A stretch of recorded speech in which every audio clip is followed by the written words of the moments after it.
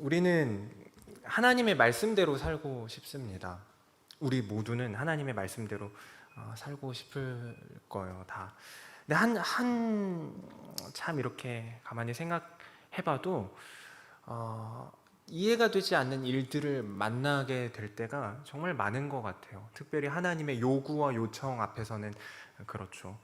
정작 그렇게 이해가 되지 않거나 아니면 자기가 세웠던 어떤 계획들, 일정들을 깰 것을 요구받는 그런 순간들이 오거나 아니면 이런 경우도 있어요.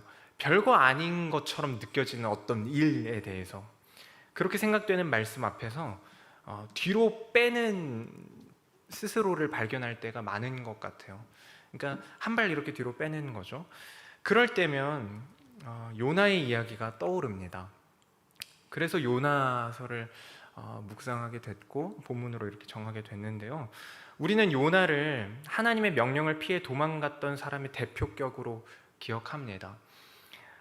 그러나 이 이야기가 떠오르는 건 어쩜 요나는 이렇게 철이 없는 어린애처럼 부모님 말에 정반대로 막 행동하며 사춘기처럼 그렇게 반항하는 이런 사람이 어떻게 선지자가 됐을까? 이런 사람이 있을까? 이렇게 비웃기 위해서 아니면 조롱하기 위해서 이 이야기를 떠오르는 게 아니라 때때로 우리의 모습이 그렇게 거절하며 반항하는 요나의 모습과 겹쳐 보이기 때문입니다. 순종은 어렵고 힘들게 느껴집니다. 그럴 때 필요한 게 인정함입니다. 오늘 제목이 인정함인데요.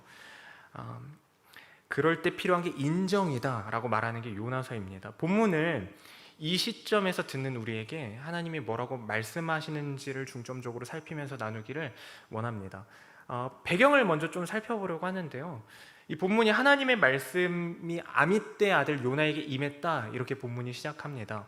요나는 북이스라엘, 남유다 이렇게 갈라진 이후에 왕이 이제 여로보암 2세라고 하는 왕이 통치할 때 활동했던 선지자거든요.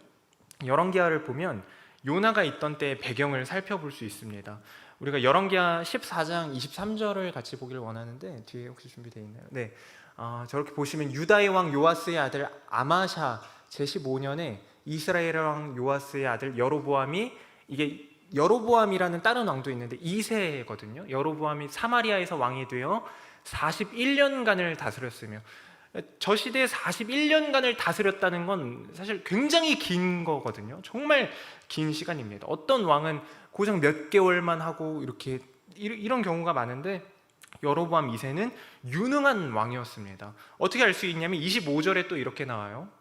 이스라엘의 하나님 여호와께서 그의 종 가드 헤벨 아미떼의 아들 선지자 요나를 통하여 하신 말씀과 같이 여로보암이 왕이죠. 이스라엘 영토를 회복하되 하맛 어귀에서부터 아라바 바다까지 하였으니, 하맛 어귀에서 아라바 바다까지의 영토를 회복했고, 이 여로보암 2세 때 주변 국가들에게까지 영향력을 행사할 정도로 부강한 나라가 되었습니다. 이스라엘이 이때 마치 어떤 사람들은 다윗의 시대의 재현 같다, 그러니까 전성기, 다시 한번 시작된 전성기다 이렇게 평가를 많이들 합니다. 아수르도 위협을 받을 만큼 부강해지기 시작한 거예요.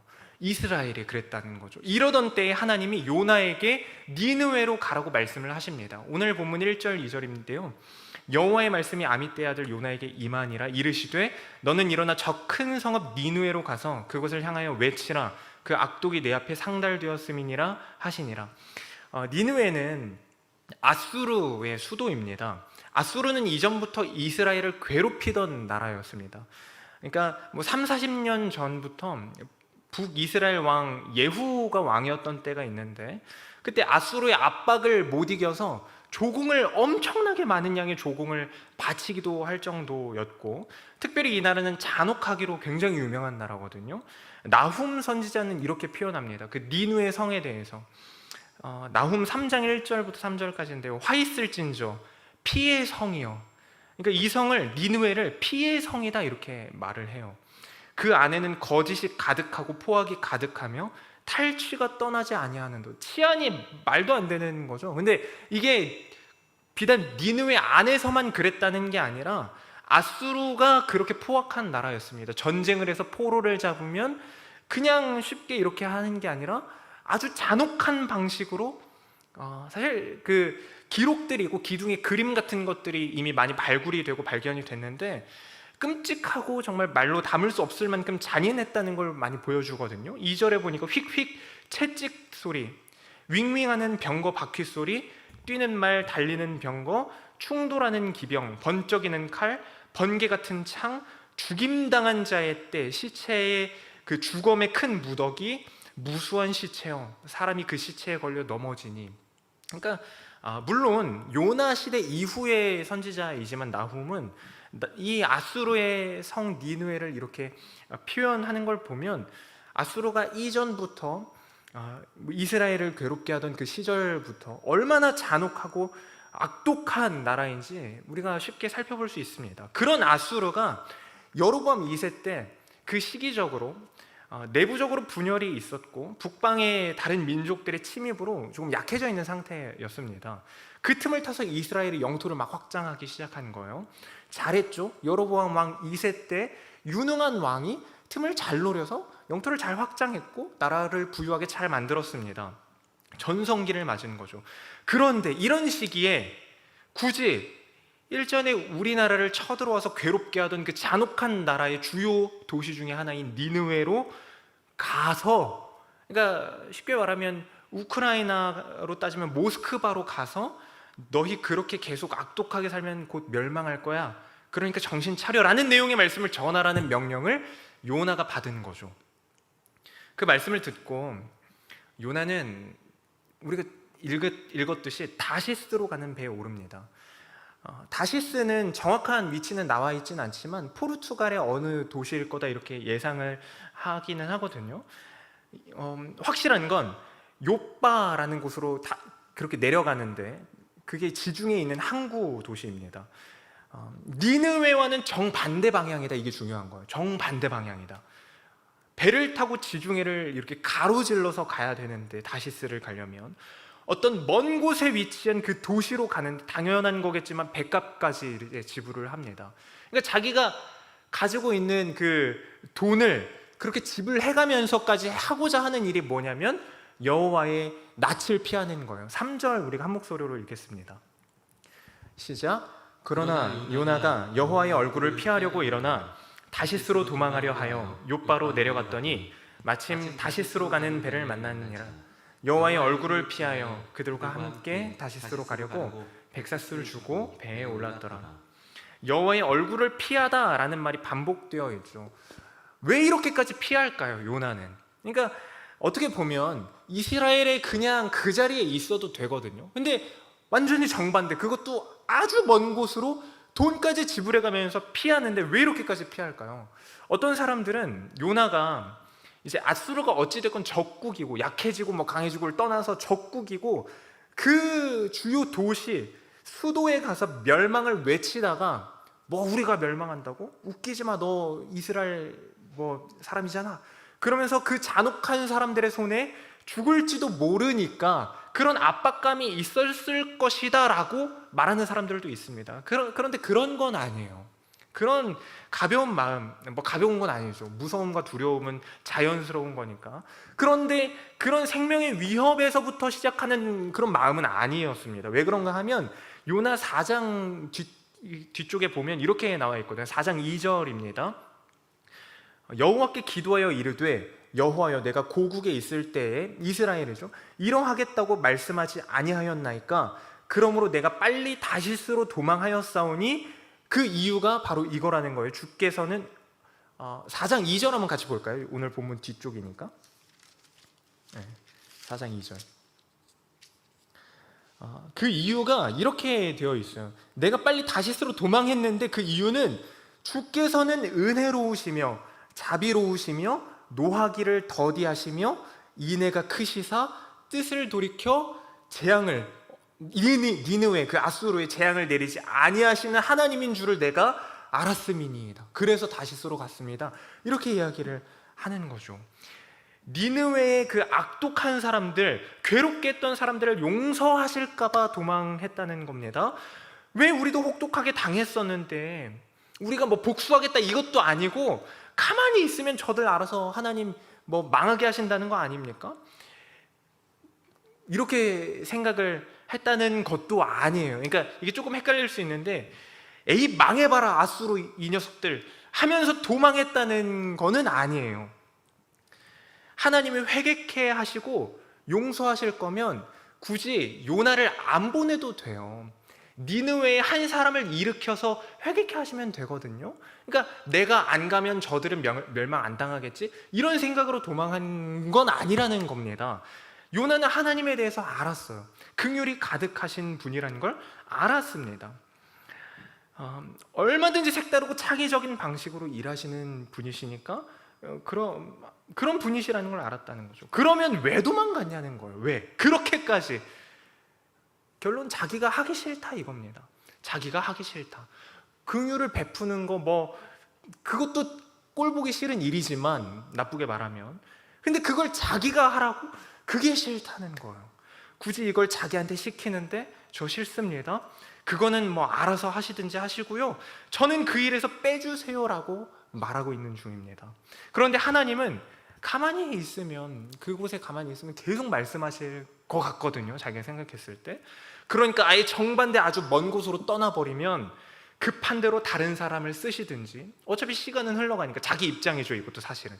근데 다른 사람을 쓰시든지 아니면 어쨌건 나는 그 손에서 물리적인 거리 때문에라도 이렇게 못하게 될 것 같으니까 그래서 다시스로 가기로 한 겁니다.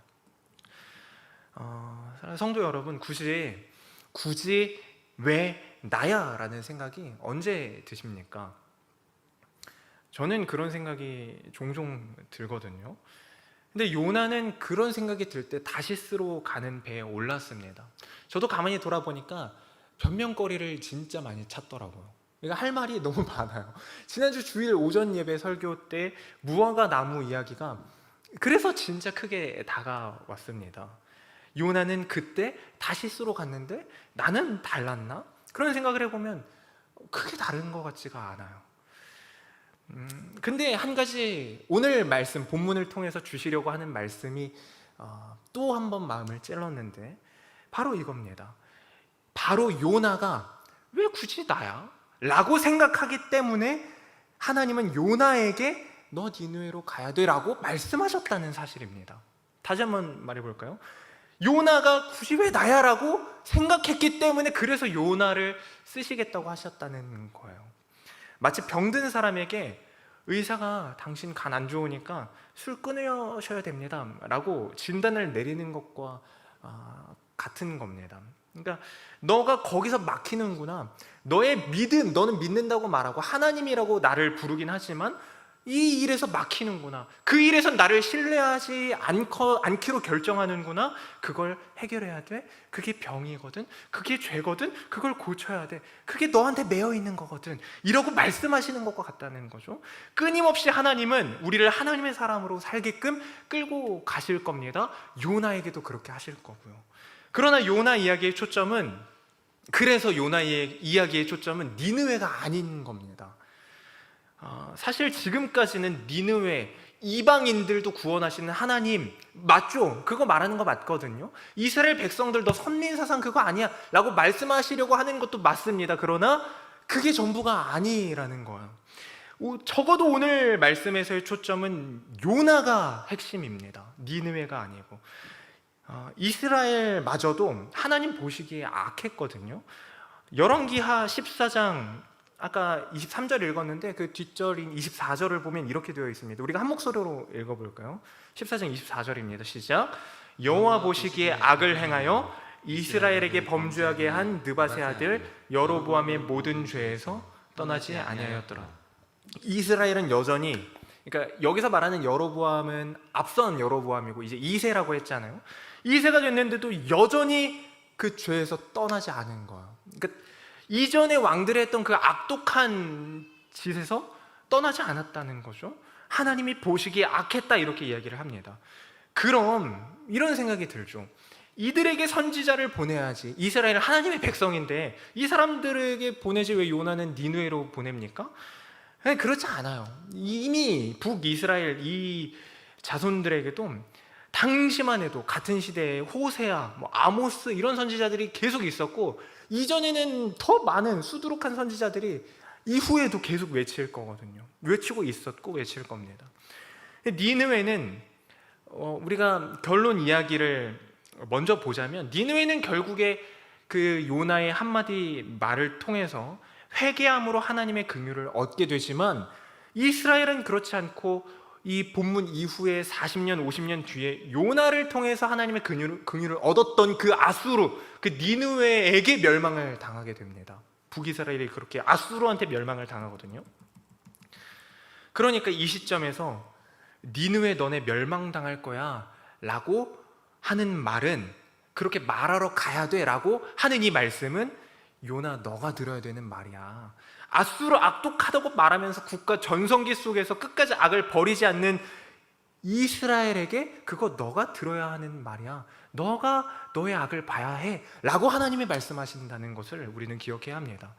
가만히 보면 하나님은 늘 설명하시지 않고, 그러니까 우리가 이해할 만큼 설명하시지 않고, 그거 해라 아니면 멈춰라, 가라 아니면 나에게로 오라, 그냥 불기둥 보여주시고 어디로 갈 거, 목적지 어디야, 내비게이션 어떻게 할 거야, 이렇게 하지 않으시고 그냥 그렇게 가라 와라 라는 식으로 말씀하시는 것 같아요. 그게 불편한 거죠. 우리는 자세히 알고 싶고 완벽하게 이해하고 싶은데, 아브라함이라고 한다면 본토 친척 아비의 집을 떠나 그 하란을 떠나가라 라고 하셨을 때 이런 생각이 들 수 있을 것 같다고 생각이 들더라고요. 하란을 안 떠나고, 그 우상의 땅이니까 거기를 떠나라는 거 아닙니까? 이렇게 물으면서 하란은 안 떠나고 오히려 거기를 전도하면서 살면 되는 거 아닌가요? 그것도 하나님의 은혜가 필요한 것 아닙니까? 이런 식으로 질문을 하고 싶은 마음이 들 때가 있어요. 이해가 안 된다고. 꼭 그렇게 해야만 신앙인가요?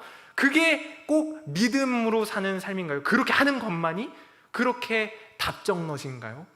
나는 그렇게 해야만 구원받은 자라고 생각이 안 드는데요. 나도 자유의지 주셨잖아요. 뭐 이런 식인 거죠. 그래서 지옥 갑니까?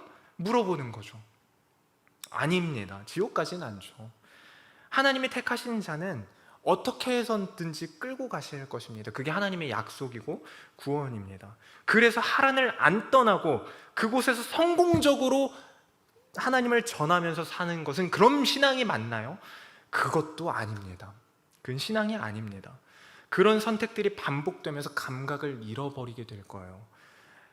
뜨거운 것에 이렇게 손을 대면 그때 배우는 거죠. 아, 손이 이렇게 익어버리는구나, 물집이 생기는구나, 아파 죽을 것 같구나, 이거죠. 그 뒤에는 어떻게 됩니까? 그것을 기억해서 조심하거나 만지지 않게 되는 거죠.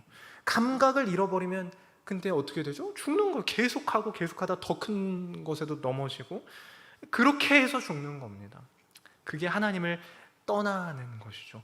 이해가 안 되는 그때 꺾어보려고 하는 것이 믿음이라면 그렇게 하는 게 사실 얼마나 힘듭니까? 우리가 다 알죠. 하지만 그 순간에 우리가 그렇게 꺾어본다면, 그런 모든 질문들이 들 때, 그런 모든 마음의 생각들이 들 때, 나의 옳음들이 떠오를 때 그걸 꺾어낸다면 그게 정말 힘들 텐데, 그렇게 하는 순간 우리는 그런 걸 보고 기적이라고 표현하는 것 같아요. 우리는 안 꺾이거든요. 사실 되게 안 꺾이는 것 같아요. 사람 안 변하는 거를 저를 통해서도 느낍니다.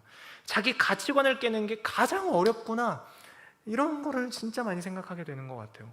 어떤 설득을 하고 어떤 설명을 해도 안 꺾이는 것 같아요. 그래서 그때 신앙하는 걸 보고, 그런 사람이 신앙하는 걸 보고 기적이라고 하는 것 같습니다. 다른 미래를 보고 병을 고치고 막 이런 게 아니라 하나님이 우리에게 원하시는 모습, 결국 이끄시고자 하는 그 모습, 믿음으로 살아내는 그 순간이 기적이다, 이런 거죠. 우리 인생이 기적 같은 인생이다라고 표현할 때 정말 믿음으로 살아내는 인생을 살아내면서 정말 내 인생은 기적입니다라고 고백한다면 그건 정말 올바로 표현하는 것이라고 할 수 있을 겁니다. 그리고 이 모든 건 하나님의 말씀 아니면 하나님 자체를 이해하려고 하는 시도가 아니라 하나님을 나의 하나님으로 인정할 때에만 가능합니다. 이게 오늘 말씀의 핵심인데요. 그분의 요구가 이해되지 않아도 요나처럼 그래서 괴롭게 느껴져도 도망가고 싶을 만큼 그 순간에 그러나 하나님은 완전하신 분이십니다. 신실하신 분이십니다. 나를 온전히 이끄시는 분이십니다. 내가 아니라 하나님이 옳습니다라고 인정하고 고백하는 그것이 필요하다. 이게 오늘 말씀인 거죠. 말씀을 정리하겠습니다. 이제 책을 지나가다가 봤는데 제목이 읽진 않았지만 제목이 기억이 나요. 거절 잘하는 법. 제목이 거절 잘하는 법이더라고요. 이런 류의 글들이 사실 요즘 들어서 많이 이렇게 SNS나 이런 데 많이 나오는 것 같아요. 이 시대의 어쩌면 관계의 핵심은 쿨함인 것처럼 느껴집니다. 끌려다니지 않음, 쿨함, 자존감을 회복하는 거, 이런 거죠. 중요한 일입니다. 우리는 하나님의 자녀요, 소망을 가진 자로서 세상 사람들의 소리나 아니면 우리를 낙심시키고 아무것도 못하게 하는 그런 소리에 끌려다닐 필요가 없는 이미 하나님의 자녀요, 그러므로 자유한 자거든요. 그러니까 중요한 겁니다. 의미 없지 않습니다. 그래서 신경 끄기의 기술, 미움받을 용기, 이런 좋은 책들도 많잖아요. 이런 게 필요한 거거든요. 그런데 그걸 이제 세상 속에서 남들이 믿음으로 살아내는 걸 가지고 뭐라고 할 때 그거에 대해서 신경 쓰지 않고 당당하게 산다는 말로 쓰자면 맞는 말이 되겠지만 잘못 비껴 적용해서 하나님이 뭐라고 말씀하신 것, 여기서 말하는 하나님은 누군가를 통해서 듣게 하시는 그 사람도 해당되는 거거든요. 그런 말을 하건 말건 그냥 신경을 꺼버리는, 그러니까 신경 쓰기의 기술을 잘못 쓰는 거죠. 그런 경우가 있는 것 같아요. 몰라서 그런 게 아니라 어쩌면 솔직히 알면서도 그럴 때가 있습니다. 예를 들면 이런 거겠죠. 나는 애들하고는 진짜 잘 안 맞고 너무 힘든데 왜 나한테 자꾸 교사하라고 그러는 거지? 왜 나한테 먼저 그렇게 다가가라 그러는 거지? 손 내밀라고 하는 거지? 왜 이걸 꼭 이렇게 하라고 하는 거지? 요나 같으면 왜 이걸 굳이 나한테 그렇게 하는 거지? 하나님 알아서 하세요 좀. 나는 뭐 모르겠고 난 갈 거예요.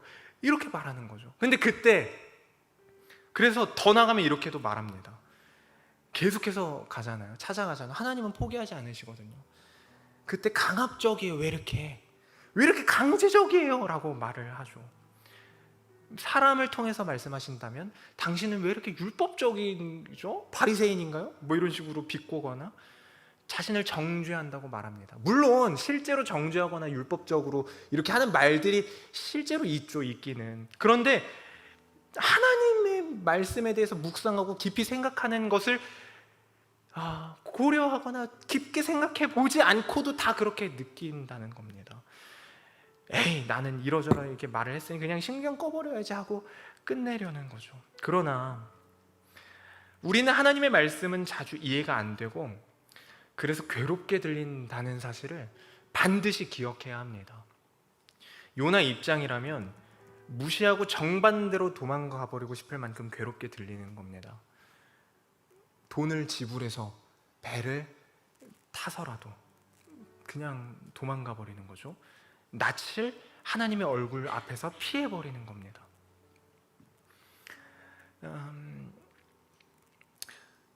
그러나 그렇기 때문에 니느웨로 가서 그들에게 나의 뜻을 전하라는 하나님의 요구는 니느웨를 돌이키게 하는 데 목적이 있는 것이기도 하겠지만 정확하게는 요나를 위함이었다고 앞서서 말씀을 드렸습니다. 오늘 이 말씀을 듣는 우리에게도 동일하게 말씀하십니다. 이해되지 않는 하나님의 요구, 괴로운 요청 앞에서 하나님을 인정하셔야 합니다. 하나님을 인정할 때 우리는 하나님의 일하심, 내가 했던 그 예상, 생각을 뛰어넘는 하나님의 일하심을 볼 게 분명하거든요. 세상이 기대하는 것 이상의 결과가 나타날 거예요, 이런 말이 아니에요. 우리 이런 거 기획할 건데 이거 어떻게 합니까? 그때 믿었더니 진짜 엄청나게 놀라운 거대한 결과가 나타났다. 물론 이런 경우가 당연히 왜 없겠어요? 있죠. 그러나 이것만을 말하는 게 아니라 이전에 그럴 수 없었던, 너무 하기 싫고 괴로워서 그러고 싶지 않았고 그래서 그러지 않기로 결정했던 우리가 하나님의 사람으로 더욱더 세워지는, 더욱 신앙으로 살아내는 기적이 일어날 거라는 말입니다. 그게 하나님의 일하심이죠. 우리를 빚어나가시는 하나님의 일하심, 우리 모두 그렇게 하나님을 인정함으로써 시작되는 놀라운 일들이 우리 인생에 가득하기를 소망합니다. 앞으로도 정말 많은 경우, 많은 순간 하나님이 찾아오실 겁니다. 많은 순간순간이 아니라 매 순간이 그렇죠. 우리는 그때마다 우리는 하나님의 자녀입니다, 내가 아니라 하나님이 완전합니다 고백할 수 있어야 됩니다. 우리 인생은 그렇게 하나님의 사람으로 세워져가는 기적과도 같은 인생이 될 겁니다. 우리 함께 이 시간에 예수로 살리 함께 찬양하면서 같이 기도하겠습니다.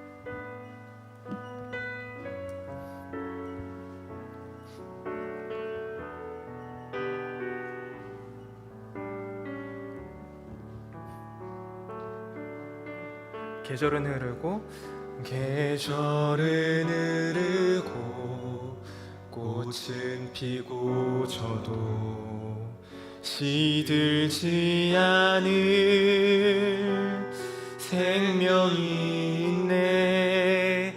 바랄 수 없었던 죄인인 나에게 생명의 주님 자신을 주셔. 다시 한번 고백합니다. 계절은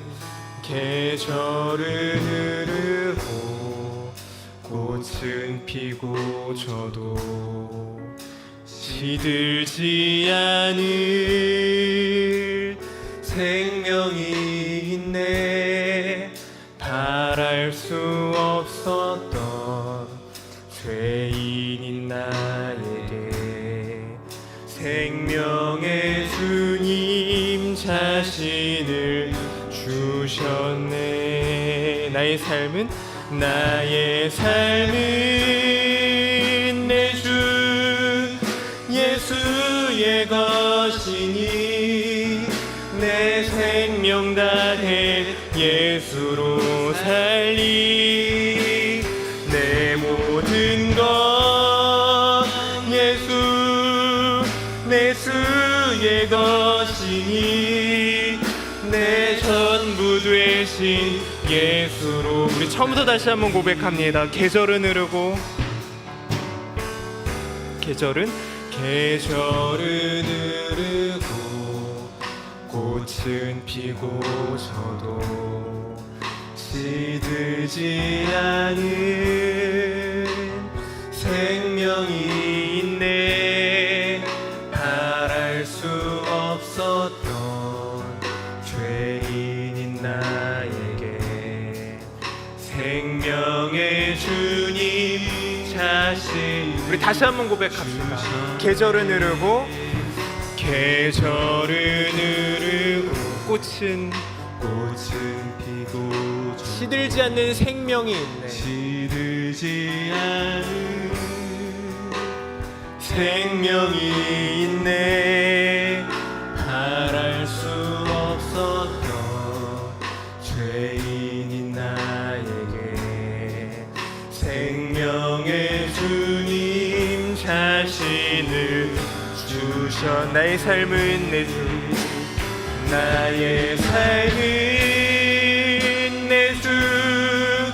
예수의 것이니 내 생명 다해 예수로 살리.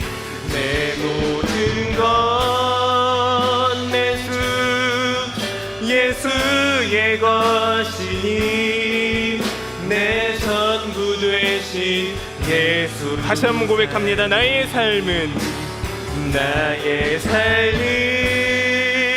내 주 예수의 것이니 내 생명 다해 예수로 살리. 내 모든 것 내 주 예수의 것이니 내 전부 되신 예수로 살리. 우리 이 시간 잠시 이렇게 같이 기도하기 원합니다. 바랄 수 없던 죄인인 게 요나도 마찬가지였거든요. 이스라엘도 마찬가지요. 어쩌면 더 심한 그 악에 빠져도 자기 자신을 보지 못하는 그런 상황 속에서 그냥 주변 탓하고 원망하고 마음에 들지 않아 하는 그런 모습이 요나였는지도 모릅니다. 아니, 그게 요나죠. 그런데 요나만 그렇습니까? 아니, 우리도 마찬가지입니다. 하나님의 그 말씀이 이해되지 않고, 그래서 괴롭고, 그래서 도망하고 싶고, 그래서 도망했던 그런 우리라면 하나님 이 시간 나의 삶은 내 주 예수의 것입니다, 다시 한번 고백하기를 원합니다. 하나님은 가장 완전하시고 나를 살게 하시는 분입니다. 내가 아닌 하나님으로 살겠습니다. 하나님이 나의 왕입니다. 이렇게 고백하는 우리 되길 소망합니다. 우리 이 시간 잠시 그렇게 기도하겠습니다. 같이 기도합니다. 그래서 주님, 아버지 당신을 주에서 하시는 감사합니다. 하나님, 그저 매 순간 하나님의 요구를 재단하고 그렇게 따지고 계산하고 이해하려 했고 설득하려 했고 설명을 듣고 싶어 했던 그게 요나요 우리라면 하나님 이 시간 하나님을 그저 하나님으로 인정하는 하나님, 그런 우리 될 수 있기를 소망합니다. 그런 우리 될 수 있도록 주님 붙들어 주옵소서. 하나님, 그렇게 하루하루 꺾어가는 것이 말할 수 없을 만큼 고통스럽고 괴롭고, 어떤 희생에 있더라도 뱃값을 지불해서라도 피하고 싶을 만큼 괴로운 것이었는데, 그래서 그렇게 그것을 꺾는 것이 일이었는데, 그 순간 꺾어내는 것, 하나님을 바라봄으로써 하나님 말씀 앞에 엎드리고 굴복하는 것, 그렇게 살아낼 수 있다면, 그런 기적 같은 일상 살아낼 수 있다면 하나님, 우리 한번 해보겠습니다. 주님 말씀 앞에 서보겠습니다. 하나님의 인도하심 가운데 엎드려 보겠습니다. 매 순간 우리를 사랑한다 말씀하시면서 그 가운데 요구하시고 요청하시는 하나님의 그 말씀을 귀 기울여 듣고 살아보겠습니다. 우리를 붙들어주시고 이 내일을 향했던 긍휼을 보이시는 분들 얻은 자로 또한 살아날 수 있도록 주님 붙들어주시고,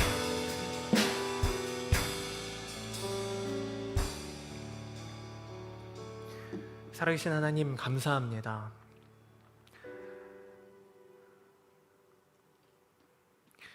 우리의 생각과 판단, 하나님의 말씀보다 앞서던 순간도 참 많았지만 하나님이 맞고 하나님의 말씀대로 하는 것이 옳겠군요라고 할 수밖에 없는 그 순간에도 꼭 나여야 합니까? 다른 사람 통해서 하면 안 됩니까? 라면서 외면해왔던 지난 날들을 주님 앞에 온전히 고백하고 내려놓고 회개합니다. 주님, 우리가 하나님의 말씀 앞에 굴복하기를 원합니다. 이해가 아니라 하나님은 나의 하나님이십니다. 다른 어떤 설명 필요 없습니다. 하나님은 나의 하나님이십니다. 인정하는 우리 될 수 있도록 주님 붙들어 주시고 인도하여 주시옵소서. 그렇게 굴복의 자리 가운데 나아가는 것이 도망가고 싶을 만큼 괴로운 일이지만, 그래서 할 수 없던 일이지만 우리를 이끄시고 끝까지 빚어나가시는 하나님이신 줄을 또한 믿습니다. 그렇게 꺾어내는 순간순간, 그 기적 같은 순간순간을 우리 살아낼 수 있도록 함께하여 주시고 하나님 붙들어 주시옵소서. 감사드리며 예수님 이름으로 기도합니다. 아멘. 주기도문으로 예배를 마치도록 하겠습니다.